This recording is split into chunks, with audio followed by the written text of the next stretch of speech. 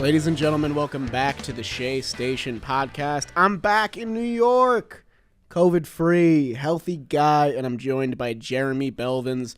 Jerry, how you doing, man? How was your weekend?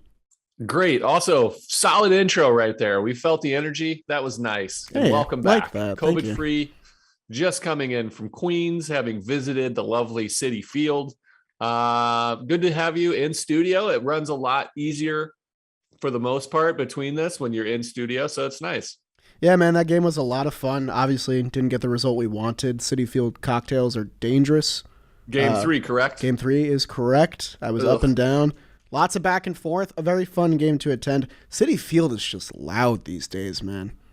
Love it. Every game, it seems like you can hear the crowd in the telecast, and then being there. I was in the Promenade. I was in the 400s. I was not close to the field at all. That place was booming on a Sunday day game. It was a really fun environment to be in. Makes you feel like you're part of a winning culture. Obviously, you didn't get the win that day, but these Mets, they fight hard, man. 3 one-run games. They got some fight. They got some serious fight this 27 outs, man. That's a culture to easy to root for, man. Yeah, definitely agree. But first series loss of the year comes to the Seattle Mariners.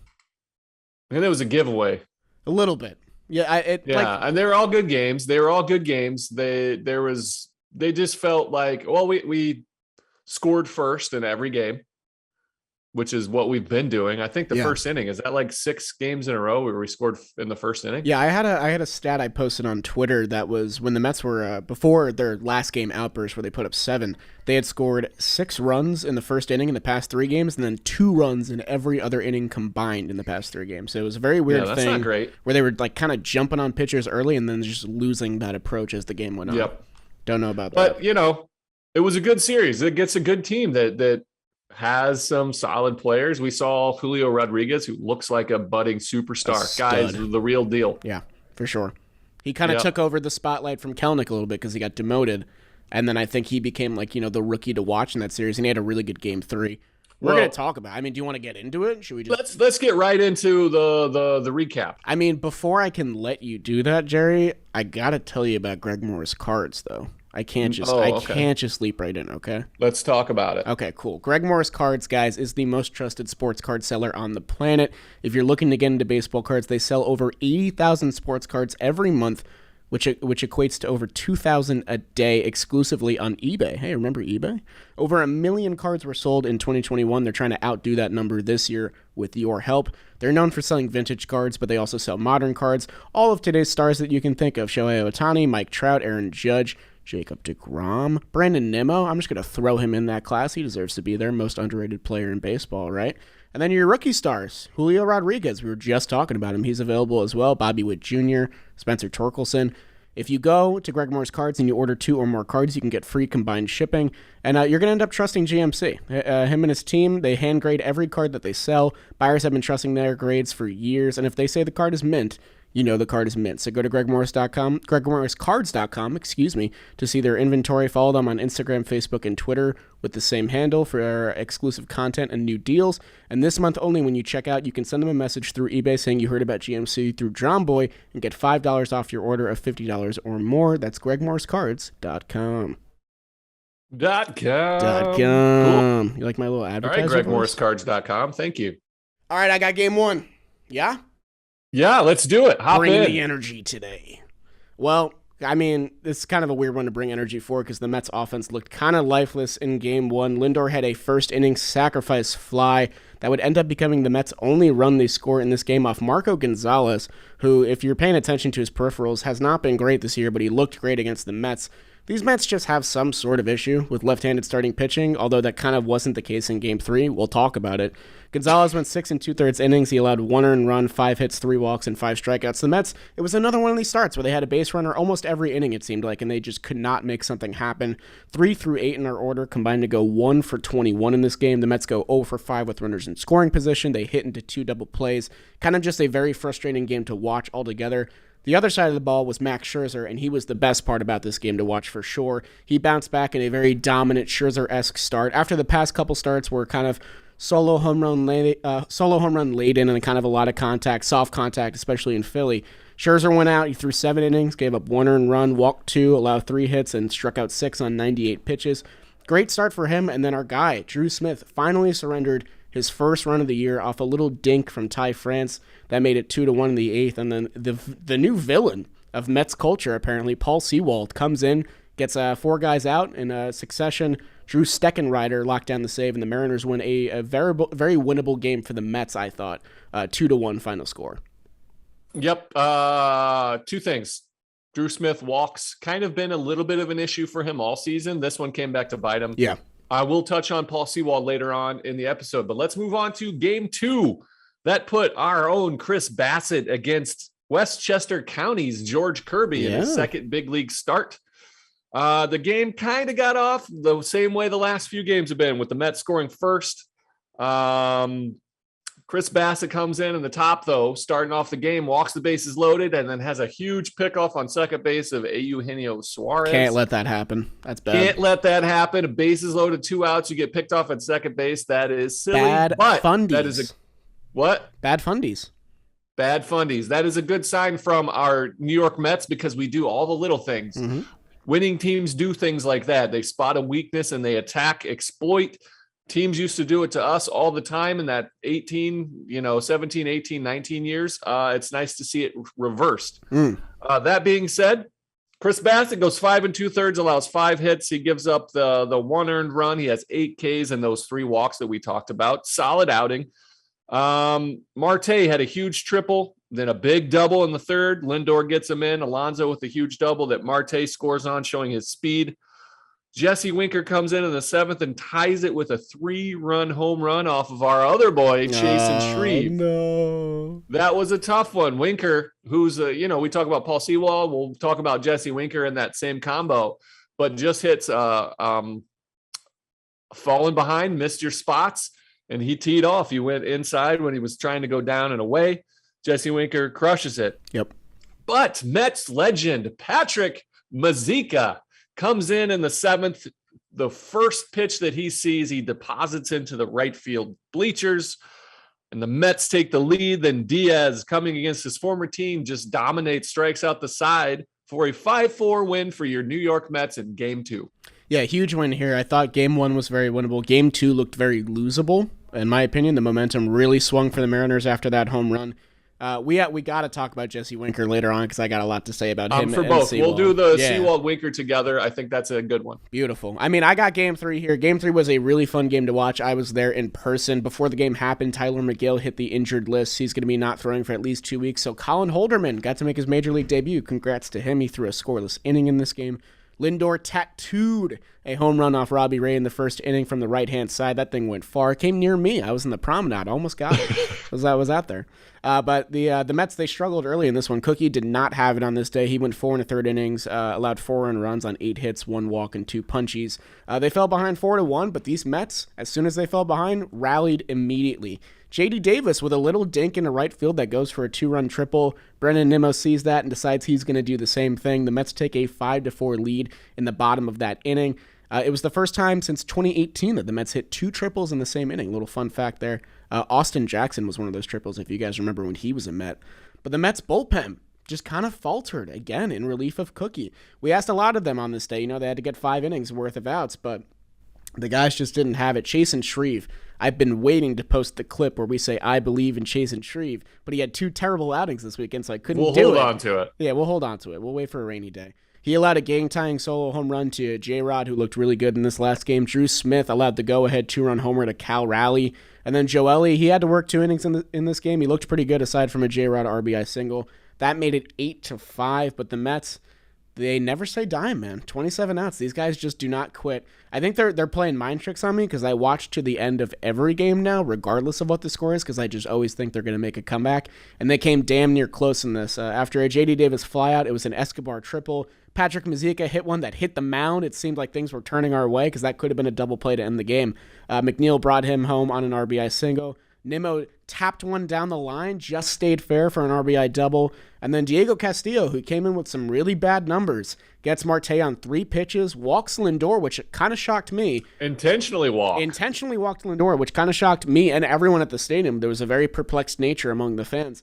And then Alonso worked the count full. I didn't see if he swung, but the fact that he didn't argue made me think that he did. And he goes down swinging on a full count with the bases loaded in a one-run game to end the game and lose the Mets' first series of the year in pretty heartbreaking fashion. Yeah, that's a tough one. Again, the Mets have fight in them. That's the good thing. They're fighting. Yeah. The bullpen, it was really just two guys that we needed to step up, had a bad series, and our boys Drew Smith and Chase and Shreve both gave up untimely home runs. But when you come in that role, all the home runs you're going to give up are untimely for the most part. Exactly. They're all game winning or game losing outings when you're in that role, which is great because that's what you want to do. You want to be in those high leverage situations, but when you come out unsuccessful, they get amplified. So yeah. I still think they're two great pitchers. I think they're going to be significant members of our bullpen, and they'll be asked to do that same job, and they will do it successfully moving forward.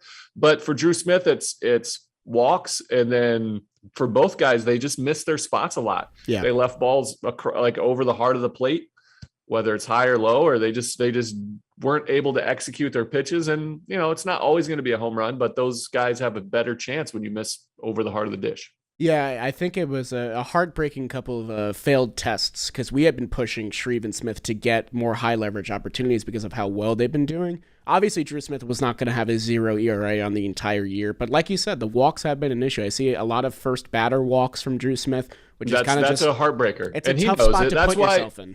You see in his post-game interviews when he's been doing so well, they want him to how great he's been and blah, blah, blah. But he's like, look, it's going well now, but there's some things that I can improve on. Always trying to get better. A lot of it is throwing strikes, especially when he comes in right away, because the leadoff walk, you don't want to get behind the 8 ball. You're already putting yourself in a bad situation when you put guys on for free. Leadoff walks and 2-out walks, those are killers because it just crushes your momentum, puts guys on the plate or on the base paths. Never want to do that. Yeah. So that's tough. Ottavino looked much better when he was fully rested. He pitched in game 2, had the runner on third, but he got out of it. Edwin Diaz is basically the only guy you can really trust in that bullpen right now. He looked awesome striking out the side for all those Mariners. Got Jesse Winker swinging to end the game, which is really cool. I think Shreve and Smith are going to bounce back. They were bound to come back down to earth eventually. I think Joe Ellie was pitching really well too. He coughed up a run in this series as well. But these guys are going to get tested in this next series because we don't have McGill anymore. David Peterson isn't making the start today. It'll be Trevor Williams. So these guys are going to have to get some innings, get some serious outs against a pretty good, hot Cardinals team. But I think they're up to it. I think they're up for it as well. Trevor Williams against we'll cover it in the preview. You want to get into the preview? We'll wait a little bit because I want to talk about Winker and Paul. Oh, Seawall. yeah. Let's do it. Let's get into it. So you want to do the apples? Let's do the apples of our eye. Sure. And then we'll get into the Winkers stuff. Jack's on it. He's on it. Love it. Yeah. I missed that. That's so pretty. I can actually hear it now. So there was a few things that I wanted to choose from, and it was all offensive. Yeah. Like I really liked what Lindor did. He went 2 for 9 with those 4 RBI, 2 walks. Yep. I mean, he still doesn't look great at the plate. He looks solid though. But for me, it came down to 2 guys, Brandon Nemo and Starling Marte. Yep. I'm going to go with Marte here. Starling Marte, again, he looks like he's coming into his own. So for me, the apple of my eye is Mr. Starling Marte. Let's give him a little round of applause. The 5 for 13, 3 doubles, a triple, a stolen base. He scored from first on a double. He just looks electric out there. Like he's starting to take better swings, more confident approach. The Mets had that weird first inning in the second game, Bassett start, where they had 2 calls overturned in their favor, which doesn't happen. That pickoff from Bassett in the top, and then in the bottom, Marte gives a triple. They call him out. He looked at third, and that actually gets overturned. It was close, man. It was super close. That's what you want him to do. You want him to be aggressive. He took his time. He tried to force it early in the season. His aggression, stolen bases. He wanted to contribute, wanted to live up. So he was doing maybe a little too much. And now you want him to be aggressive. If you're going to make a mistake, make it on the aggressive side. We're all for it. So I'm going to pick Starling Marte there. I feel like once a series, I see Starling Marte take second base and the throw go into center field, and then he takes third. That's maybe my favorite thing that he does. And then scoring from first when most guys don't. Yep. And he scored easy. He also scored 3 runs. So that was the difference maker. So, and I think Buck is still having a tough time figuring out what spot in the lineup is best for him, because I keep seeing him go second and then he goes sixth and then sometimes he's fifth. And like, it's interesting because he's been really good in RBI situations, but he's also a great table setter because he's Starling Marte. That's what he's always been. So I think having to move around isn't the worst thing in the world. Marte's the kind of guy where you can kind of put him around and he's sort of interchangeable. Whereas guys like my pick, Brandon Nemo, deserve to be at the top of the lineup each and every day. Let's hear it. Let's hear it.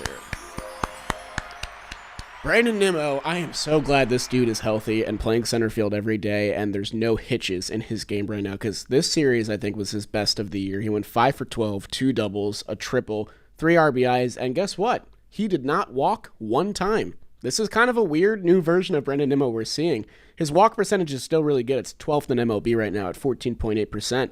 But I just think that he's not being overly patient this year. And I think he's not hitting a lot of home runs, but we don't need Nemo to do that. He's a gap-to-gap hitter, and that's the way his slugging percentage gets fed. And he came up huge in a lot of spots, especially in Game 3, with the 2-run triple to take the lead, and then the RBI double in the 9th to make it a 1-run game. He's the kind of guy I feel like I'm most confident in when I see him in a clutch situation, because I just feel like he has a good at-bat every single time against relievers. I think he's really good at working counts. Earlier in the series, we saw him work great at-bats against starters to make them throw a lot of pitches early. We saw that in the Nats series as well. I just love everything I'm seeing from Brandon Nemo, not to mention that he's playing a great center field right now. I feel great center field. No issues whatsoever with the way that Brandon Nemo is playing in the field. I think that moving Marte to right, I didn't understand it at first, and now it makes total sense when you see those two guys out there. So Nemo and Marte, great pair to have our apples today, huh? Love it. We were on the same page there. Yep. Those two are the most deserving by far. You know, sure. Bassett had a solid outing with the 8 Ks. Scherzer went 7, gave up 1. Diaz locked it down in the only save, punching out the side. Yep. But it was really those two guys, table setters. I like Marte in the 2 spot. Yeah.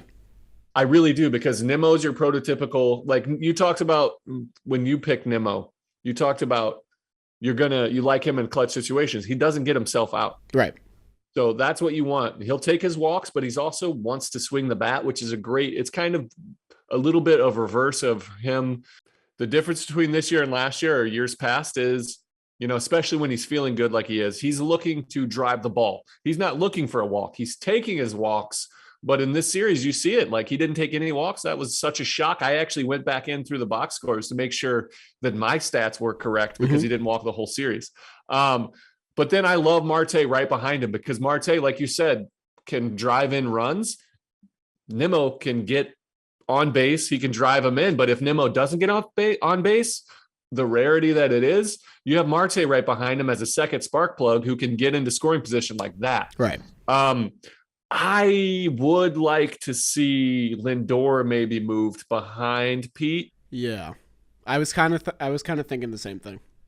But I'm a little bit nervous about that, because we need Lindor's bat, and Pete protects Lindor.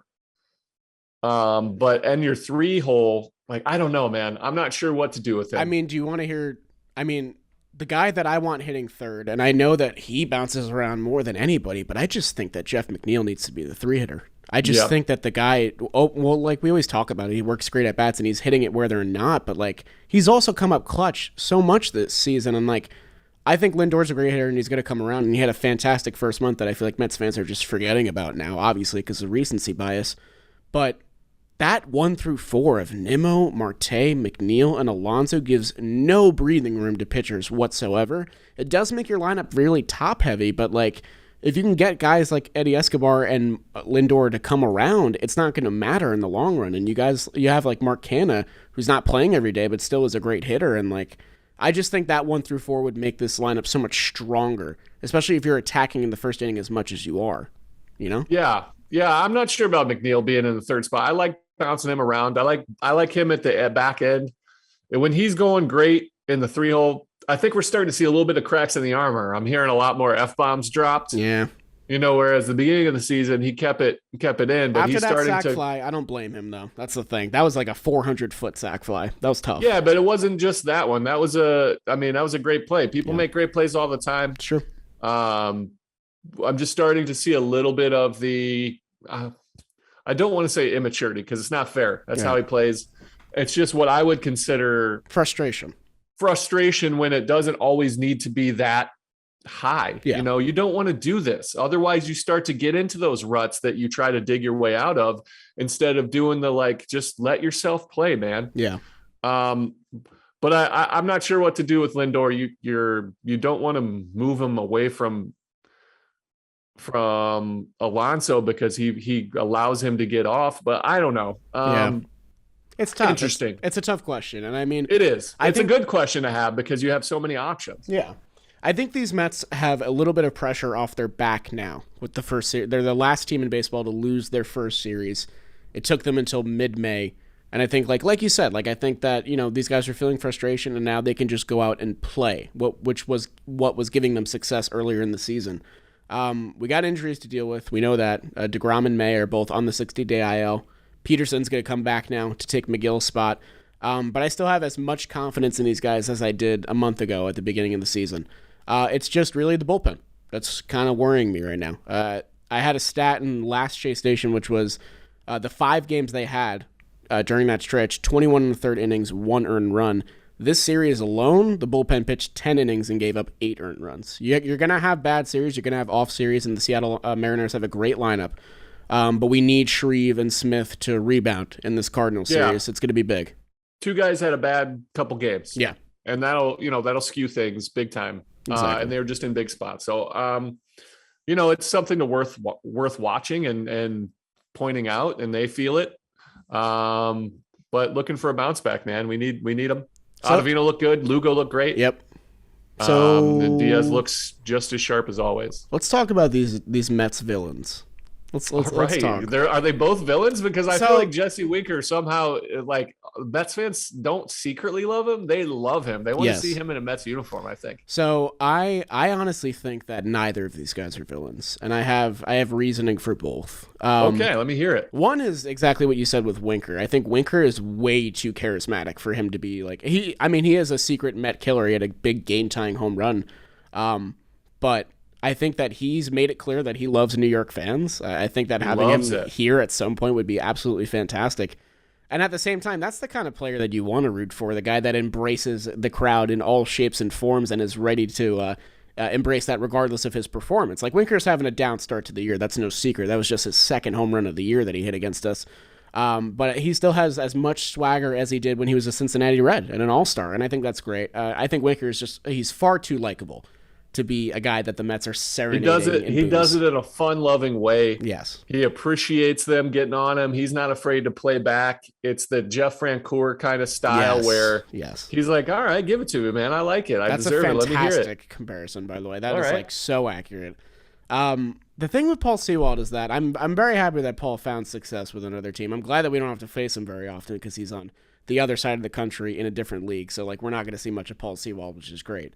But I do think that he was trying too hard to make himself an antagonist in this way. I don't think that that was a conscious effort by him. I want them to be mad at me. I think this was a big series for him, just for himself. I think because he had a tough 4 years here, and then he's come around and become a great reliever. But I just found it odd. I couldn't really find it in myself to hate Paul Seawald. It was just sort of God, I wish this guy wasn't owning us as much as he is, and I wish he was this good when we had him, that kind of thing. I like it. Yeah, it's different, man. From a player's perspective, having played with Paul Seawald, I wanted to hear what your take was on it, because he did seem like he really wanted to be the villain. Yes. Because I think, and rightfully so, in his own narrative, the Mets, the fans, the organization mistreated him. Sure. And he's got some facts to back it up. With I've never shied away from that 2018 season being the worst of my career, my least favorite season of all time. It was just not fun. There was a million reasons why, a lot of it, but Paul Seawald was asked to do. They said he wasn't good enough, and they wanted to move him his arm slot, do his different things, and he tried, and it didn't work. And the fans gave it to him because he struggled. He had a really good 2017, as a young guy coming up. And then they wanted to change him up and try to elevate him, and it just didn't work for him. And he never really, I don't particularly remember him getting booed, but if it seems like he does. Yeah. And so whatever motivates you, man, whatever it takes I feel the Cubs, when I was in the minor leagues, literally told me I wasn't good enough to get left-handed hitters out over the top. So they dropped me down, and it almost ended my career in A-ball. Yeah. So there was a little bit of grudge, and I used it as motivation. And then every time I saw my former pitching coordinator, who was the longtime bullpen coach for the Cubs, I brought it up. I'm like, hey, man, remember when you said? And he's like, yeah, Blev. Can't get them all right. Shout out to Lester Strode. Great man. You can't get everything right. There's so many things. And so whatever. I have no problem with Paul Seawald. It wouldn't be my choice the way he did it. He wants to be a villain. That's fine. I'm more of an internal guy. Let me use it to motivate me. I'm not going to show anybody up. But if that's what you want to do, if you want to play that role, you want to play with an edge, do what you got to do, man. This is a hard gig. Yeah. So find your balance. And I just think it was the perfect storm of all things. The fact that the set was at Citi Field, the fact that the Mets hadn't lost a series this year, and the fact that Paul Sewell was the guy that put us away in huge moments. I think that all kind of brewed together into him wanting to embrace the boos and stuff like that. I think that you summed it up for me perfectly, and this is how I kind of took my role as middle relief. Like he's an eighth inning guy, can get down a save here and there. Yeah. But he's not that big. He's not that important. Yeah. To be a villain. Right. You're not going to see him enough.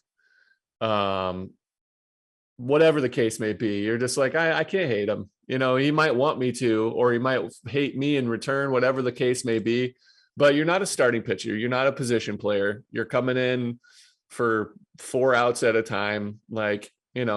Maybe if I saw you in the division often enough, maybe. But for me, it was just like, all right, man, whatever you got to do. Yeah. Like when I think of Met killers, I'm thinking of like Sandy Alcantara, who owns us every single time he pitches against us. I'm thinking of the older guys like Chase Utley and Chipper Jones, who were like true villains who destroyed us and like made it known that they do not like Mets fans. I mean, Chipper is different, but Chase Utley, he's a whole nother case there.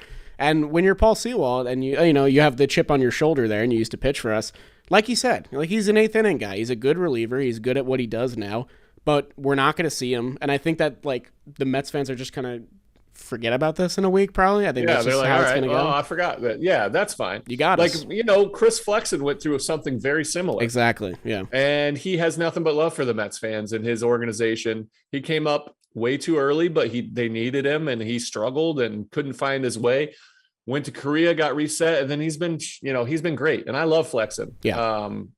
I think he has the same rights as Paul Sewald to feel upset. Yeah. But he chose in a different way. Whatever Sewald's a 32-year-old man. He can figure out what he wants to do. If you want to do it that way, open yourself up. You want to have banter back and forth, do what you got to do. Not for me, but you have every right to do it your way. Wholeheartedly agree. All right, I want to give you some rankings, if that's cool with you. A little rankings roundup. Rankings. Yeah, you like that? Before I can tell you about that, I want to tell you ranking roundup. Well, now I gotta do it. I was gonna lead us into an ad, but fuck it, whatever. Here, I'll tell you about the rankings roundup, and then you'll know who to bet on with our sponsor that comes up next. Deal. So here we go. Brandon Nemo. I just gave him the apple of my eye. He's been awesome. A .414 on base percentage is fourth in MLB right now. He has, what do we have here? A career best 11-game hitting streak and has been on base 26 straight games. Good for you, Brandon. Doing the thing that you're best at. Chris Bassett has a 2.34 ERA after his 5 innings and 1 earned run in his last start. That's 14th in MLB. Max Scherzer has struck out 32.5% of his batters this season. That's good for 5th in MLB. And Edwin Diaz got his 8th save in Game 2, 6th in MLB now. The Mets as a team, 329 on-base percentage is first in MLB among all teams. 251 batting average is 4th. And their 3.29 rotation ERA is tied for 6th. Those are all great numbers, and if you're thinking about placing some bets on those Mets, you got to go to the DraftKings Sportsbook, guys. Slide into stacks of cash this baseball season with the DraftKings Sportsbook, the official sports betting partner of Major League Baseball. New customers can bet just $5 on any team to win and get $150 in free bets no matter what, win or lose. So if you're looking to turn a small bet into a big payday during the MLB season, the DraftKings has same game parlays, and you can do just that. You can create your own parlay by combining multiple bets, like which team will win, how many bases will be stolen, Starling Marte, total runs, Brandon Nemo or Starling Marte, and more. It's your shot at an even bigger payout. It's safe, secure, and reliable, and best of all, on DraftKings, you can deposit and withdraw your cash whenever you want. So, download the DraftKings Sportsbook app now, use promo code JOMBOY, bet just $5 and get $150 in free bets no matter what happens on the field. That's promo code JOMBOY at the DraftKings Sportsbook app, the official sports betting partner of Major League Baseball. That was a lot of talking. Great job. You crushed it. Hey, thanks, man. I appreciate it. Yeah, that's the rankings. Jerry, Nemo, 414 clip, 4th in MLB, not in the National League, in the big leagues. In everybody. Yeah, in all the leagues. All the land. Pretty awesome, man. I'm happy for him. Did you have you been sending out some extend me tweets yet on Nemo? I've been sitting on them because I've been kind of on the extend Bassett train. I also want to extend Diaz too. Like, there's a lot of work to do for this front office. I know. Man. You got some options. A lot of work. Yeah, that's great. Yeah. I love it. Jerry, who are we playing this week? We have the St. Louis Cardinals and their pitching phenom, Albert Pujols. Did you see it? It was great. Of course I saw. That was insane. He's throwing 50 up there. That's tough. You can't ground out to end the game against Albert Pujols, man. Come on. Well, man, it's different. I know it's different, but after an 0 for 4 on the day, poor Lamont Wade Jr., man. That's the truth, though. You're feeling that. And that's the clip that goes around, too. That's what everyone's going to say. He pitched in a W. Yep. That's what's wild to me. They were winning by so much. They're like, yeah, fuck it. Let's give Pujols. That's a tough look. All right. So here is our looking ahead to the St. Louis Cardinals. Game 1, we have Trevor Williams, the aforementioned fill-in for our beleaguered Tyler McGill. Bullpen game going against Miles Michaelis at his 1.49 ERA. Michaelis's last trip around against the New York Mets went 7, gave up 0 runs, only 4 hits, a walk, and 5 Ks. He hasn't allowed more than 2 earned runs in a start all year, hence his 1.49 is pretty fantastic. Yeah. Nolan Arenado, who is also very good at his job, is in his career versus Trevor Williams, is 4 for 9 with 2 home runs. Probably want to avoid that guy. Williams was good at his last outing against Washington. Pitched 3 2/3, gave up 2 hits, a walk, 2 Ks. We're going to need some length out of him for this game. Should be interesting. That brings us to game 2, Mr. Taijuan Walker and his 3 ERA against Steven Matz and his 6.4 ERA. Taijuan Walker had a good bounce back start last outing with 7, no runs, 3 hits, 1 walk, 1 K. Was really good at missing barrels. We're going to need him to do that again. Matt's last 2 games started not quite as pretty. 8 2/3 innings, 11 earned runs, 12 hits, 5 home runs. Too many. Let's get those Mets offensive guys surging. Give them up. Mats, shine for your old team. Starling Marte, 1 for 14 against Mats. We're going to need you to turn that around. Dickerson, 4 for 8 with a homer and 7 RBI against Taijuan Walker. That will be the at-bat to look for. Yeah. Seems to have his number. Taijuan is a smart guy with a new pitch. Should be able to handle it. Yes, sir. Game 3 of the 4-game set. That's Mr. Jordan Hicks and his 4.15 ERA against our Mad Max Scherzer and his sparkling 2.66 ERA. Jordan Hicks has reached 5 innings pitched for the first time in his last start. If you remember, he only pitched 2 innings after taking a comebacker off his non-pitching hand, I believe. Yeah, I think it was his glove correct? hand. I think it was his glove hand in their first meeting. Max looked really good against Seattle in 7, gave up only that 1, 3 hits, 6 Ks, and 2 walks. That should be a really good matchup there in game 3. Yeah. Then the last game, game 4 of a rare 4-game set for this New York Mets team to start the year. It's Chris Bassett and his 2.34, even better than Max Scherzer against Dakota Hudson, and he has a 3.06 ERA.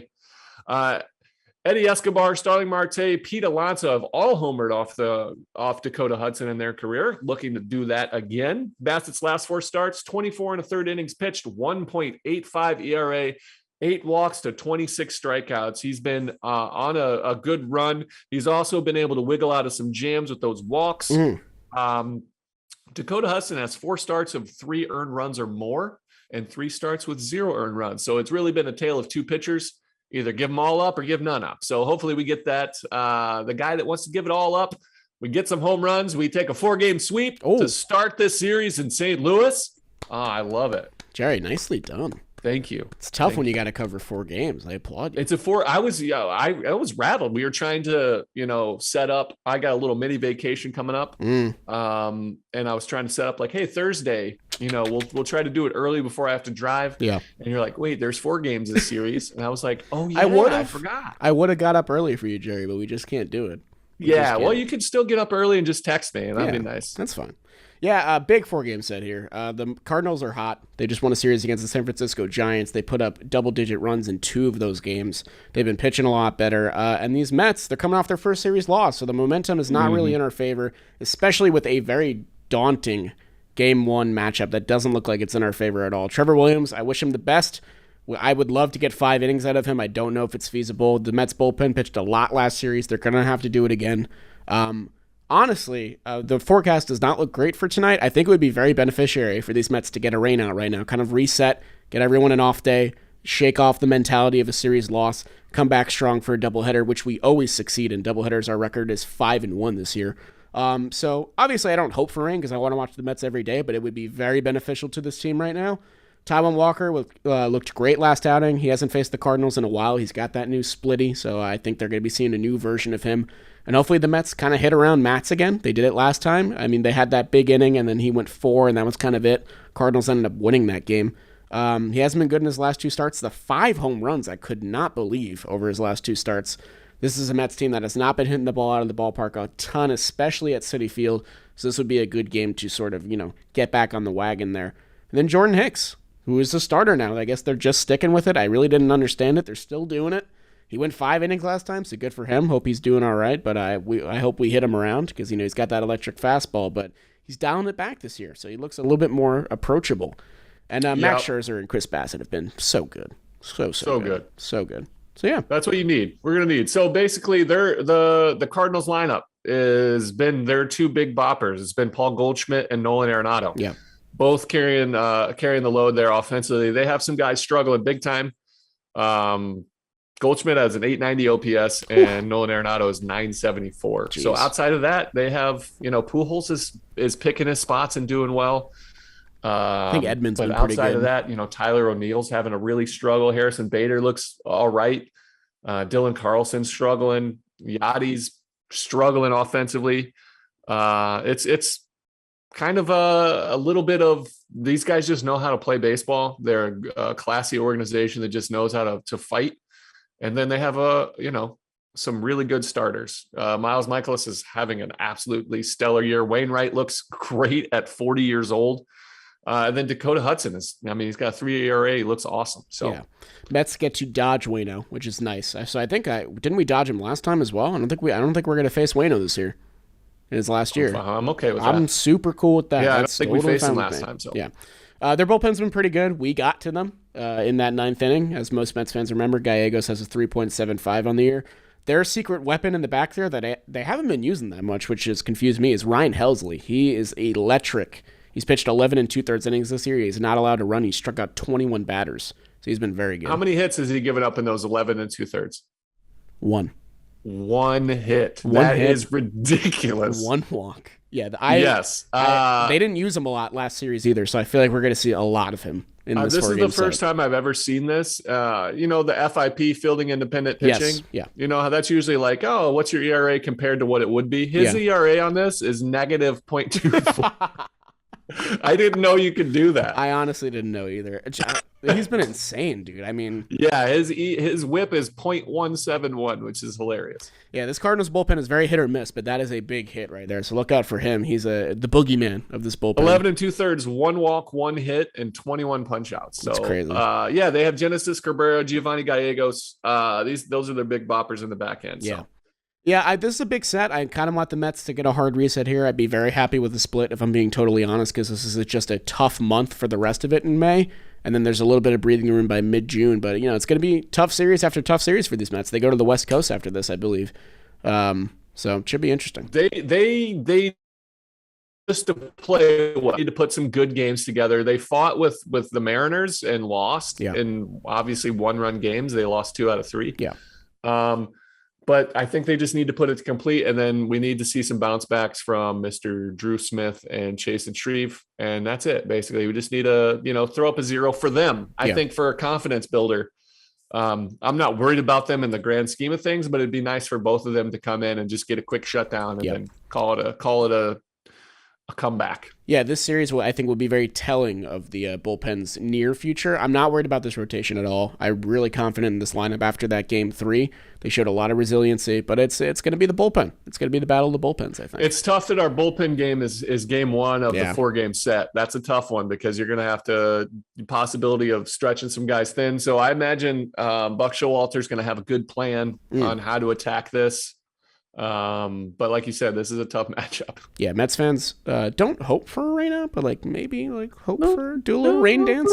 Do a little rain dance. It never hurt anybody. I'm Ron Burgundy. You got anything else? All right. I think we're done. Are we done? I think we're done. All right, man. Woo-hoo. Let's get those Cardinals. Happy to be back in New York. I have a family of northern cardinals. Have you ever seen a northern cardinal? No. Like an actual bird. It's got a little bit of brownish tint to it. I get the regular that lives in the backyard. I'm going to mean mug them all series. Yeah. Normally I'm like, sipping my coffee, watching them fly back and forth. They're so pretty. You're not. Now I'm going to be angry. Week. No, you're going to run out there, run after him, make him fly away. Get out of my yard. Get off my lawn. I think it'll help. I just try to do my part. Exactly. And you all should too. Do your rain dance. Shout out to guys. Shakira at the game. Hey, big Mets fan. Love that. Yep. She's joining the army. We're getting too powerful, man. Got Shakira now? What's next? Get Rihanna. I wish you would have sang the anthem. How would that have gone? Give me a Shakira impression. You're putting me on the spot here, Jack. Can you do it? You don't have to. You got a little frog in your voice. I like that. That's good. I think we combined effort there. That was good. I'm a big fan of Colombia as a country. Yeah. I played winter ball down there. It's a beautiful, beautiful area. Lived down there for 3 months. Shout out to Shakira. I played in her hometown of Barranquilla. No shit. They love their baseball. Edgar Renteria's from there, so we're good. We should get her on the show. I'll try. I'll see. I'll see what I can do. Put in a DM. I'll reach out. Guys, thanks for listening. She's pretty shy. Yeah, so from what I've heard. We'll see you guys on Friday. Talk about the Cards. All right. And whatever's next. Let's go Mets. Let's go Mets. 15 strikeouts for Jacob deGrom. Is that you shredding? Alonso to his left, flip to deGrom, and the ball game is over.